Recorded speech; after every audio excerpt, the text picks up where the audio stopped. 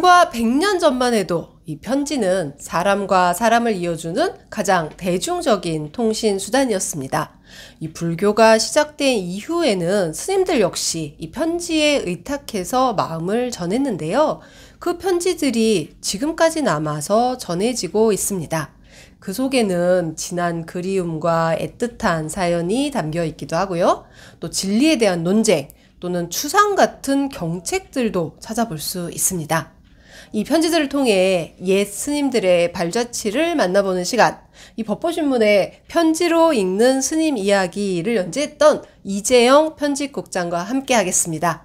안녕하세요. 안녕하세요. 자리 함께 해주셔서 감사합니다. 네. 네. 자, 이재영 국장님과 함께하는 편지로 만나는 스님 이야기 시작하겠습니다. 무릇 사문이라 칭하는 것은 무엇 때문입니까? 세속의 어둠을 열어주고 세상을 교화하는 그윽한 길을 트여주어 바야흐로 나와 남을 잇는 도로서 천하와 더불어 같이 갈 수 있는 존재를 일컫는 것입니다. 그렇다면 비록 성불의 큰일을 성취하지 못했더라도 그 초연한 발걸음의 자취를 볼 때 깨달음이 이미 큰 것입니다. 또한 가사는 조정에서 입는 옷이 아니고 바루는 종묘에서 사용하는 그릇이 아닙니다. 사문은 속세 바깥의 사람이니 왕에게 공경을 표하게 하는 것은 마땅치 않습니다.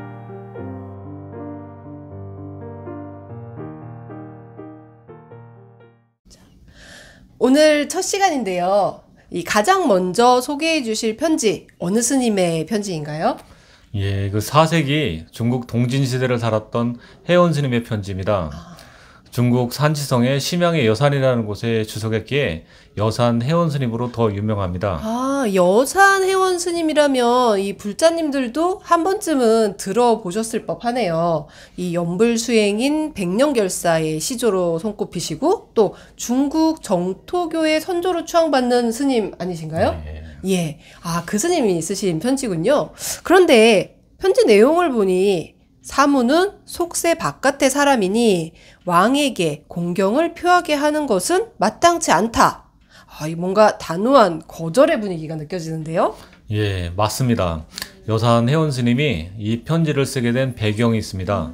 일단 그 배경부터 짚어보는 것이 좋을 것 같습니다. 네. 402년 여름 황제의 권력을 능가하는 젊은 독재자 환연은 당대 최고의 고승인 해원 스님에게 직접 편지를 쓰기로 결심했습니다. 황제라는 꿈은 무력만으로 실현되지 않음을 그는 잘 알고 있었습니다. 세간의 존경을 받는 인물, 수문인재를 곁에 둠으로써 이제 안정되고 평화로운 시대가 왔음을 알려야 했죠. 이는 자신의 권위를 세상에 천명하는 가장 효과적인 방법이기도 했습니다. 해원 스님은 그 모든 조건에 맞는 최적의 인물이었습니다. 그러면 환연은 이 명실상부한 또는 자타가 공인하는 황제 또는 왕이 되고 싶었던 거군요. 예, 당시는 굉장히 혼란스러웠던 시대였습니다. 그 북방민족이 주도한 영가의 난 이후 수많은 군벌 왕조가 생겨나고 쓰러져 갔던 망국과 사륙의 시대가 이어졌습니다. 이때 양자강 유역의 절대 강자로 떠오른 환연은 일찌감치 천하통일을 꿈꾸었습니다. 실권을 장악해 나가는 틈틈이 학문에 열정을 쏟았고 뛰어난 문사들과 교류했습니다. 좋다는 그림이나 글씨가 있으면 무슨 수를 써서라도 손에 넣기도 했습니다. 그런가 하면 역경에 대한 방대한 주석서를 집필하기도 했고 불교와 노장 사상도 익혀나갔습니다. 불교는 묘한 매력이 있었지만 동시에 오랑캐의 종교라는 반감도 적지 않았습니다. 그러던 동진 안제 2년인 398년 그에게 마침내 기회가 왔습니다. 네. 연주자사 왕공과 형주자사 은중감이 병사를 일으키는 거죠. 환연은 친분이 깊었던 그들과 뜻을 같이 했습니다. 그러나 왕공이 자신의 부하에게 살해당하고 얼마 후 조정에서 자신을 강주 자사로 삼겠다는 조서를 보내왔습니다. 이는 곧 은중감을 철해달라는 조정의 은밀한 유혹이었죠. 그는 주저없이 이를 받아들였습니다. 조정의 지지 아래 은중감을 없앤다면 더 이상 자신의 강력한 라이벌이 없음을 잘 알았기 때문입니다. 칼끝은 은중감에게 돌려졌습니다. 환연이 해원 스님을 만난 것도 그 무렵이었습니다. 한때 이 뜻을 같이 하는 어떤 정치적 동지였잖아요. 예. 근데 이 한순간에 정치적 라이벌로 돌아서서 그를 제거하겠다라는 계획을 세우고 있던 환연인데 그러던 중에 혜원 스님을 만난 거네요. 그런데 왜 굳이 혜원 스님을 찾아갔죠? 설마 혜원 스님에게 이 도움을 요청하려는 건 아니었을 텐데요. 예, 물론 그건 아니었습니다. 399년 은중감 토벌을 위해 여산을 지날 때 그는 혜원에게 호계, 즉 산문 밖으로 나올 것을 요구했습니다. 그러나 혜원 스님은 병을 핑계로 산문을 나설 수 없다고 전했습니다. 짐작대로였죠. 여산에 정착한 지 20년째 산문 밖을 나서지 않았던 혜원 스님은 황제를 비롯한 어떤 권력자의 요청에도 응하지 않는 것으로 유명했습니다. 아, 혜원 스님이 이 정치인들의 면담 요청을 거부한 것이 이번이 처음이 아니었다. 예, 그렇습니다. 이 어쨌든 이 야심찬 정치가였던 이 환연 입장에서는 굉장히 불쾌했을 것 같은데요. 굉장히 불쾌했던 것 같습니다. 환연은 물러서지 않고 직접 혜원 스님을 만나게 하겠다고 나섰습니다. 예. 여산에 오르려는 환연에게 측근들은 얼마 전 은중감도 여산에 들어가 혜원 스님에게 예를 갖췄다는 말을 전했습니다. 더불어 그를 절대 공경하지 말라고 신신당부했습니다. 환연은 어찌 그런 일이 있을 수 있겠는가라며 발끈했습니다. 군주의 권위를 인정하지 않는 혜원에게 공경이라니 여차하면 무력을 써서라도 무릎 꿇도록 만들어야겠다고 내심 다짐했습니다. 그러나 혜원 스님을 보는 순간 환연은 자기도 모르게 고개를 숙이고 공경을 표했습니다. 의지와는 무관한 행동이었습니다. 그런 자신의 모습에 내심 자괴감을 느끼며 혜원 스님에게 거칠게 따져 물었습니다. 부모에게서 받은 몸은 함부로 헐거나 다칠 수 없는데 어째서 수염을 깎고 머리를 잘랐습니까? 유교의 영향이 강한 중원에서 신체 발부 수지보부는 곧 인륜이었습니다. 승려라는 이들은 효라는 인간의 도리를 저버린 것 아니냐는 질책이었죠. 그러나 혜원 스님은 담담히 대답했습니다. 몸을 세워 도를 행하기 위해서입니다. 이는 효경 천멀에 나오는 구절입니다. 입신행도 양명어우세 이현부모 효지종야의 인용이었습니다. 몸을 세워 도를 행함으로써 후세의 이름을 남기는 것이 그대들이 말하던 최고의 효가 아니었냐는 날카로운 반박이었습니다. 청산유세다 박학다식을 자랑하던 환연이었건만 순간 말문이 턱 막히고 말았습니다. 이 야심차게 몰아붙였는데 그 혜원 스님 한마디에 일격을 당한 꼴이네요. 그렇다고 해서 여기서 환연이 물러섰다면 이야기가 안 되겠죠? 예, 그렇다고 쉽게 물러설 수 있는 일도 아니었습니다. 환연은 지금 은중감을 토벌하 간다고 얘기했습니다. 혜원 스님은 아무런 말도 하지 않았습니다. 어떻게 최고 권력자 앞에서 저리 당당할 수 있을까? 환연은 의아함을 넘어서 경외감까지 들었습니다. 이번에는 보다 직설적으로 물었습니다. 은중감을 어떻게 하기를 바라십니까? 이는 정치적으로 대단히 민감한 문제입니다. 자칫 덫에 걸려들 수도 있었죠. 그러나 혜원 스님의 대답은 그를 감탄케 했습니다. 내 바람은 시주께서도 평안하고 그도 아무 탈이 없는 것입니다. 전란의 시기를 맞아 황제에서부터 하층민까지 수많은 사람들을 지켜봤던 환연. 그는 나름 인간의 속내를 환히 들여다볼 수 있다고 자부했지만 여산에서 내려오며 측근에게 이렇게 말했습니다. 참으로 그런 인물은 태어나서 처음 본다. 이 환연이 혜원 스님에게 뭔가 큰 감화를 받은 것 같긴 하네요. 예, 맞습니다. 네, 그래서 권력을 장악하겠다는 욕심을 좀 어떻게 버렸나요? 전혀 그런 것 같지는 않습니다. 다만 이 일을 계기로 혜원 스님에 대한 존경심이 싹튼 거는 맞는 것 같습니다. 예. 환연은 오래지 않아서 은중감은 물론 수하들까지 모두 없애는 데 성공합니다. 그 공으로 환연은 형주 등 8개주를 다스리는 최고의 권력자로 우뚝 섰습니다. 실권을 장악한 그가 처음 떠올린 인물이 바로 혜원이었습니다. 측근들이 들려주는 혜원 스님에 대한 얘기들은 그로 하여금 더욱 존경심을 갖도록 했습니다. 이 쉽게 말해서 퇴짜 맞았는데도 이 여전히 혜원 스님에 대한 존경? 이라기보다는 호기심 또는 욕심? 이 여전했나 본데요.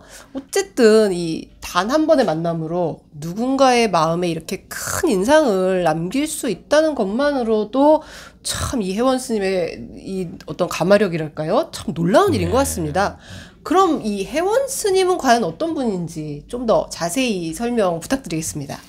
혜원 스님은 가난한 지식인 집안에 태어났습니다. 어린 시절 옛 학문의 중심지인 태학에서 유교 등 온갖 경전을 공부했습니다. 그리고 곧 선비들 사이에서 탁월한 식견으로 굉장히 유명해졌는데요.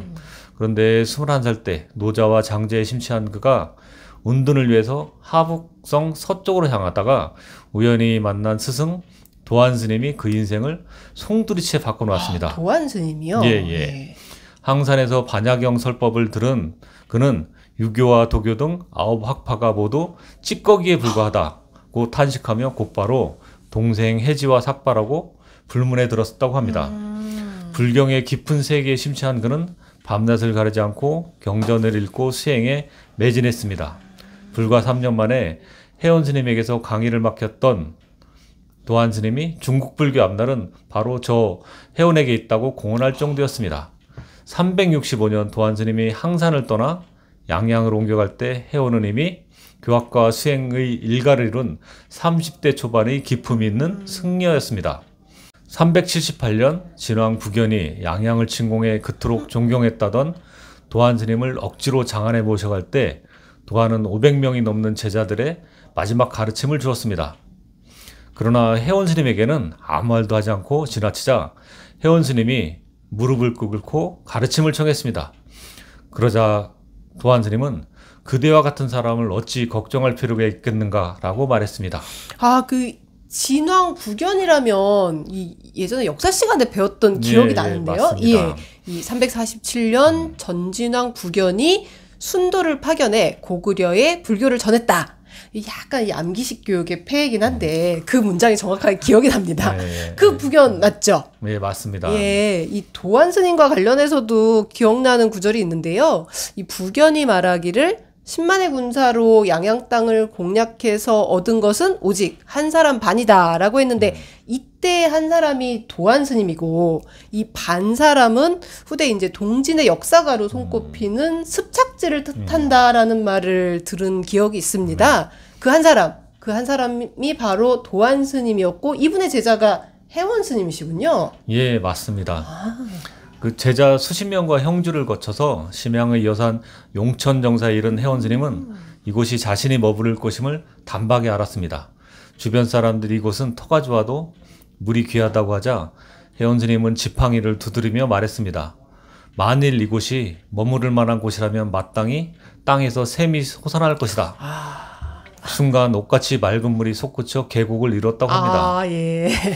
해원이 여산에 머무른다는 소식을 전해들은 형주사사 환희는 승방과 불전을 지어 보시했습니다. 바로 독림사의 시작이었습니다. 독림사요? 예, 해원 스님을 주축으로 한 여산의 승려들은 지나치리만큼 굴욕적이었고 계율에 철저했습니다. 율장, 정토경, 반야경, 아비달마노서, 그리고 시경, 서경, 역경, 노자, 장자, 논어, 맹자 등 학문의 영역도 방대했습니다.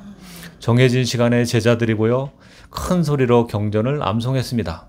서역의 고성을 초청해 불경을 번역했고 선정 수행도 병행했습니다. 여산이 지혜와 평안이 있는 이상적인 은신처로 알려지면서 수많은 지식인들이 해원의 제자가 되기 위해 찾아왔습니다. 유유민, 종병, 내차종, 주속지, 도연명 등 당대 최고의 지식인들과 시인들도 포함되어 있었습니다. 그들은 해원 스님의 안목과 지혜에 탐복하고 그의 순수함, 고결함, 청빈함에 매료됐습니다. 승가와 제가의 차별도 없었습니다. 여산 독림사는 불교 확산의 진원지였으며 전란의 무풍지대였고 지식인들이 은신처였습니다. 그 중심에 바로 해원 스님이 있었습니다. 그렇다면 이 환연이 해원 스님을 자신의 영향력 아래에 두고 싶었던 것도 이 바로 그 명성을 활용해서 이 자신의 지명도를 좀 더 높이고 싶었던 그런 이유였겠네요. 예, 맞습니다. 환연은 해원 스님을 끌어들인다면 자신의 정치적 입지를 크게 강화시킬 수 있을 거라고 여겼습니다.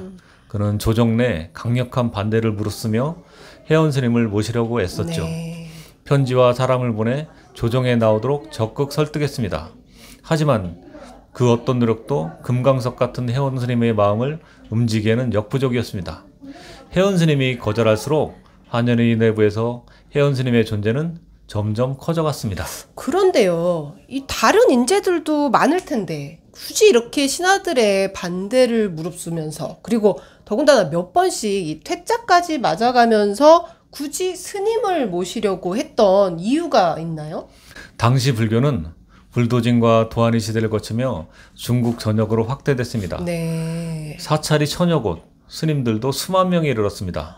하지만 한편에서는 불교가 흥성할수록 기존 세력들의 반발도 더불어 커져갔습니다. 아, 반발이요? 예, 불교 교단 활동은 정부 권위와 국가 번영에 해롭다. 사원 생활은 어떤 구체적 결실도 가져오지 못하며 쓸모없고 비생산적이다. 불교는 이민족의 신앙으로서 문명화되지 못한 오랑캐들에게나 필요하다. 사원 생활은 사회적 행위에 관한 자연스럽고 신성한 원칙을 침해하는 부도덕한 종교다 등이 주된 이유였습니다. 당시의 시대상을 반영하고 있는 것 같기는 하지만 도저히 공감할 수 없는 내용들도 많은 것 같습니다. 뭐 또 다른 내용들도 있나요? 당시 그 스님들 일탈을 지적하는 상소들도 네. 속속을 나왔습니다. 오늘날 승려들은 술을 탐닉하고 저자를 거느리고 있습니다. 물건들을 싼 값에 사서 비싸게 파는 속임수를 씁니다. 그들은 이 시대의 가장 큰 위선자들입니다. 또 이런 상소도 있었습니다. 네. 노역을 피하거나 세금을 내지 않으려는 사람들이 사원을 가득 채우고 있습니다. 심지어 한 지역에 수천 명이 모여들어 절이라는 이름으로 정착지와 촌락을 이루기도 합니다. 이 사찰이라는 거주 공간 자체를 굉장히 부도덕한 집단으로 매도하는 그런 이야기들 같네요. 예, 그렇습니다. 환연도 이런 상소를 받으면 그냥 넘어가기만은 힘들 것 같은데요? 예, 환연은 수하 관료들을 시켜서 스님들에 대한 선별 작업에 들어갔습니다. 선별 작업이요. 예, 경전에 깊은 지식이 있어서 그 의미를 설명할 수 있는 사람, 계율을 엄격히 지키면서 항상 암자에서 생활하는 사람, 산에 살면서 뜻을 기르고 세속의 일에 종사하지 않는 사람들을 제외하고는 모두 환속토록 조치했습니다. 이분들이 스님이란 얘기죠. 다만 회원 스님이 머무르는 여사는 도덕을 갖춘 사문들이니 조사의 대상으로 삼지 말 것도 명령했습니다. 예. 환연은 사원에 대한 직접적인 제재뿐 아니라 이념적으로도 승려들을 굴복시킬 필요가 있다고 보았습니다. 그는 340년 승려의 자율성을 놓고 어린 황제의 섭정이었던 유빈과 친불교적인 재상 하충과 간에 벌어졌던 논쟁을 떠올렸습니다. 오랜 경론 끝에 교단 세력을 억제하려던 유빙의 계획이 철회됐었습니다. 환연은 당시 유빙의 생각이 군주에 대한 존경심에서 비롯됐지만 그 주장이 충분하지 못했고 하충은 그 종교적인 편견에 기한 것으로 명분과 실제를 구분하지 못했다고 보았습니다. 환연은 이제 시대가 변했다고 판단했습니다. 네. 승려들이 군주에게 절을 하도록 함으로써 그들을 세속 권력에 복종하도록 해야 한다는 게 그의 확고한 신념이었습니다. 그것을 통해 반발 세력의 온상지가 될 수 있는 사찰을 통제할 수 있을 뿐더러 불교에 반감을 갖고 있는 이들이 전폭적인 지지를 끌어낼 수 있다고 생각했기 때문이었습니다. 이게 그러니까 권력을 앞세워서 어떤 물리력만으로 스님들과 사찰을 통제하는 것이 아니라 이념적으로도 스님들을 굴복시켜서 어떤 자신의 지지 세력으로 만들겠다. 그러기 위해서는 당시에 존경받던 회원 스님이 이 자신에게 예경하는 것, 예를 표하는 것이 굉장히 큰 상징적인 의미를 가질 수 있었겠네요. 네, 그렇습니다. 그래서 환연은 8명의 재상인 팔좌에게 편지를 보내 승려들의 예경 문제에 대한 답변을 요구했습니다. 승려들이 왕의 은혜를 입으면서 예절에 소홀하고 경의를 표하지 않을 수 있는가? 라는 질문을 던졌습니다. 그야말로 여론조사에 나선 셈이네요. 예. 예. 재상들은 사나운 젊은 독재자 앞에 그저 침묵할 수밖에 없었습니다. 환연은 자신의 오랜 수하이자 회원의 제자였던 왕밀과도 수차례 편지를 주고받으며 논쟁을 펼쳤습니다. 그러나 끝내 궁금증은 해소되지 않았습니다. 환연은 마지막으로 회원 스님에게 편지를 썼습니다. 네. 환연이 보냈다는 회원 스님에게 보낸 편지, 과연 어떤 내용이었을까요? 살펴보도록 하겠습니다. 승려가 왕을 공경하지 않는 것은 이미 마음이 개운하지 않은 것이고 이치적으로도 이해할 수 없는 것입니다. 한 시대의 중요한 문제이므로 그 바탕을 확실하게 하지 않으면 안 될 것 같습니다. 근래 8대신들에게 편지를 띄었고 이제 그대에게도 보내니 왕자를 공경하지 않아야 한다는 이유를 이야기해 주기 바랍니다. 이것은 곧바로 실행해야만 할 일입니다. 생각하는 바를 자세히 진술해 의심한 바를 반드시 풀어주기 바랍니다. 왕에게 일경하지 않는 이유가 뭐냐? 이 간단하게 말하면 아주 단도직입적인 질문이었네요. 자, 이 환연의 편지, 환연의 궁금증에 대한 답장이 바로 오늘 우리가 처음 살펴본 혜원 스님의 편지였네요. 예. 환연의 질문에 대한 혜원 스님의 답장을 좀 더 살펴볼 필요가 있는데요. 네. 대단히 공손한 표현들 속에 때로는 엄격하게, 때로는 비장하게, 때로는 호소하듯 그의 질문에 대한 답변이 빼곡히 들어 있습니다. 혜원 스님의 편지에는 승려는 자유로 한다고 했습니다. 세속의 권위에 대한 복종은 승려들을 세상의 그물에 걸리게 함으로써 자신과 모든 중생을 구제하지 못하게 한다고 했습니다. 승가에는 자신들만의 독자적인 예의가 있다고도 했습니다. 두 세계 사이의 접촉에서 비롯되는 오염이 바람직하지 않으므로 승려의 세계는 고립을 유지할 필요가 있다는 것이 혜원 스님의 주장이었습니다. 환연은 처음으로 승가의 자율성에 깊이 공감했습니다. 특히 그 정책이 시행되면 부처님의 가르침은 영원히 쇠퇴하고 그렇게 되면 빈도가 매우 간절하게 원했던 정토 세상에 대한 희망을 누구에게 기대할 수 있겠습니까? 이 글을 쓰기 위해 붓을 잡으면서 슬프고 안타까운 마음에 저도 모르게 눈물이 얼굴을 덮습니다.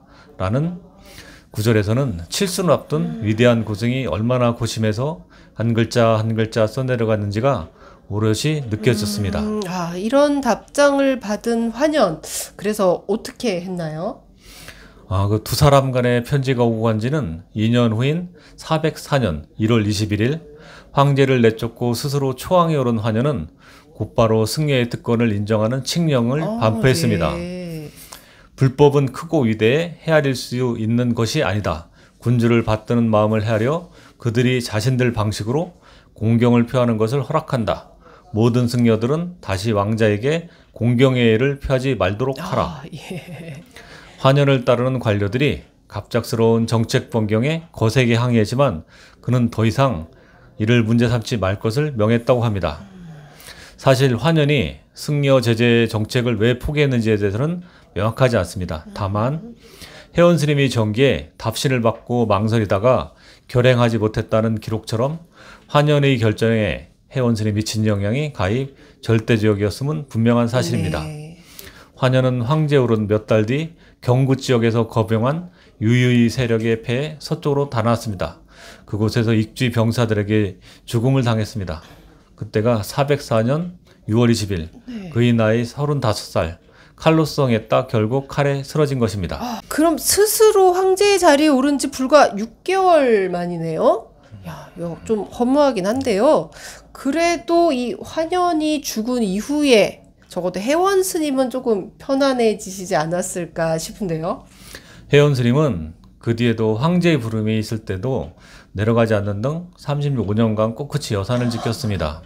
승가의 독립성을 주창한 사문불경 왕자론을 저술하고 승속의 제자들과 백년 결사 운동도 전개했습니다. 네. 훗날 반란을 일으킨 노순이 여산을 찾았을 때 스님 하나가 혜원에게 노순은 나라의 도적인데 그와 교분을 두터이 나누시면 의욕을 사지 않겠습니까? 라고 묻자 혜원 스님이 이렇게 말했습니다. 우리 불법에는 감정으로 취하고 버리는 법이 없다. 무제가 노순을 토벌하려고 인근에 왔을 때도 어느 신하가 혜원과 노순의 교우가 두터웠음을 고했습니다. 그럼에도 무제는 혜원은 세상 밖의 사람으로 우리 편이니 상대편이니 구별하지 않는 사람이라며 오히려 사신을 보내 공경을 표하고 쌀과 돈을 전했습니다. 8순의 나이에도 밤을 지새우며 불법의 마음을 온전히 기울였던 혜원 스님. 그분은 세상을 떠나기 3년 전 이런 글을 남겼습니다. 굳센 뜻을 세우고 잠을 줄이며 도를 탐구하던 옛일을 생각하니 오직 부끄럽구나. 나 이제 입정에 밤을 새우며 불법에 마음을 온전히 기울일 뿐이다. 혜원 스님은 416년 8월에 열반에 들었습니다. 네. 그분이 떠나시던 날 원로와 노승들이 약이라며 된장을 넣은 술을 권했습니다. 그러자 율장이 없다며 거절했습니다. 다시 미음을 권하자 정오가 지났다며 그것조차 허락하지 않았습니다. 출가자는 오후에 먹지 않는다는 오후 불식의 계율 때문이었습니다. 네. 다시 꿀물을 타서 권했습니다. 그러니까 이번에는 율장에서 허용하는지 확인하라고 말했습니다. 제자가 서적을 뒤지는 동안 중국 불교사의 가장 위대한 신앙의 수호자이자 엄격한 계율의 실천자는 그렇게 정멸에 들었습니다. 해원과 화년의 편지는 고승전과 출 3장 기집에 수록되어 있습니다. 네. 이 마지막까지 출가 수행자의 자리, 그 모습을 엄격하게 지키셨네요. 예. 이 한 통의 편지 속에 이렇게 많은 시대상, 역사, 그리고 이 인물들의 이야기가 담겨 있었습니다. 오늘 혜원 스님의 편지를 소개해 주신 이재용 국장님, 그 혜원 스님의 편지에 대한 소감 마지막 말씀 부탁드리겠습니다. 예, 혜원 스님은 제가 가장 존경하는 스님 중에 한 분인데요. 네. 그 이유는 그 종교와 정치라고 하는 부분들이 늘 뗄래야 뗄 수 없는 속에서 종교에는 어떤 선택을 해야 되는가, 이게 늘 갈등일 수밖에 없습니다. 멀리 할 수도 없고 너무 가까이 할 수도 없고. 그런데 여산 혜원 스님은 종교인은 어떤 위치에서 어떤 행동을 해야 되는가를 온몸으로 그 평생 마지막 순간까지 보여준 대표적인 인물이라고 봅니다. 그 여산 혜원 스님이 계셨기에 중국 불교가 꼽힐 수 있었고, 그 위에 스님들이 그리고 동아시아로 확산될 수 있는 분기점이 됐다는 생각을 가집니다. 오늘날까지도 우리 불자들이 또 우리 출가한 스님들이 그런 기준이 될 수 있는 점, 출가자의 사표가 될 수 있는 분은 여산 혜원 스님이라는 생각을 갖게 됩니다. 네. 1700여 년 전에 이 여산 혜원 스님께서 보여주셨던 어떤 출가 수행자의 올곧은 모습, 올바른 자세가 오늘날 우리 사회에도 여전한 가르침을 전해주고 있는 것 같습니다. 자, 오늘 여산 혜원 스님의 편지 살펴봤습니다. 자리에 함께 해주신 이재용 국장님 감사드립니다. 네, 감사합니다. 네. 법보신문TV 구독과 좋아요, 알람 설정까지 해주시면 새로운 컨텐츠를 가장 빠르게 만나보실 수 있습니다. 다음 시간에도 더 좋은 편지로 다시 뵙도록 하겠습니다. 예, 감사합니다. 네, 감사합니다.